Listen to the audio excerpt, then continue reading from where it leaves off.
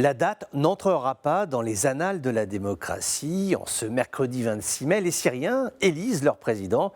Le second scrutin organisé depuis le début de la guerre civile. En 2014, Bachar el-Assad avait recueilli 88% des suffrages. Les électeurs ont le choix entre l'actuel président et puis deux faire-valoir, les candidats Abdallah Saloum Abdallah, ex-ministre d'État et député, et puis Mahmoud Marei, membre de l'opposition. Ils n'ont aucune chance, mais ce n'est pas grave.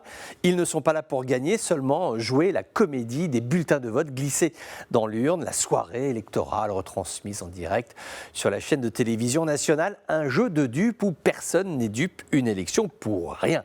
Les grandes puissances ont d'ores et déjà annoncé qu'elles n'accorderaient aucun crédit au résultat. Seuls les alliés du régime de Damas veulent y croire. L'Iran, mais surtout la Russie, qui travaille d'arrache-pied à la réintégration de la Syrie dans le jeu régional, ce qui passerait par le retour de Damas au sein de la Ligue arabe, donner à ce régime des airs de respectabilité afin d'attirer des investisseurs et participer à la reconstruction du pays.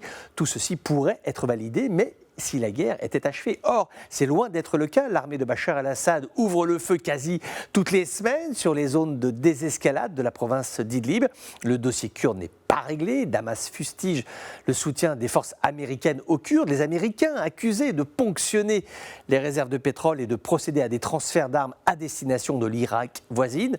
Le dossier du groupe État islamique demeure. L'aviation russe fait beaucoup d'efforts, mais force est de constater que le groupe réussit toujours à recruter de nouveaux éléments. La frontière avec Israël est stable, mais les attaques aériennes sont nombreuses contre les milices iraniennes qui opèrent une progression constante, qui s'implantent dans le pays.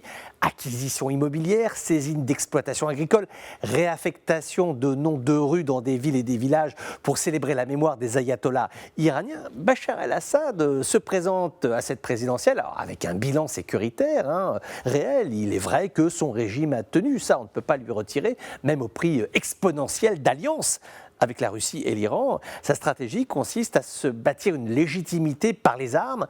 La résistance, c'est par les faits. Est-ce que cela suffira? Pour l'instant, oui. C'est la guerre. Maintenant, est-ce que le fragile édifice tiendra longtemps? Bachar el-Assad a survécu, oui, à la guerre, c'est vrai.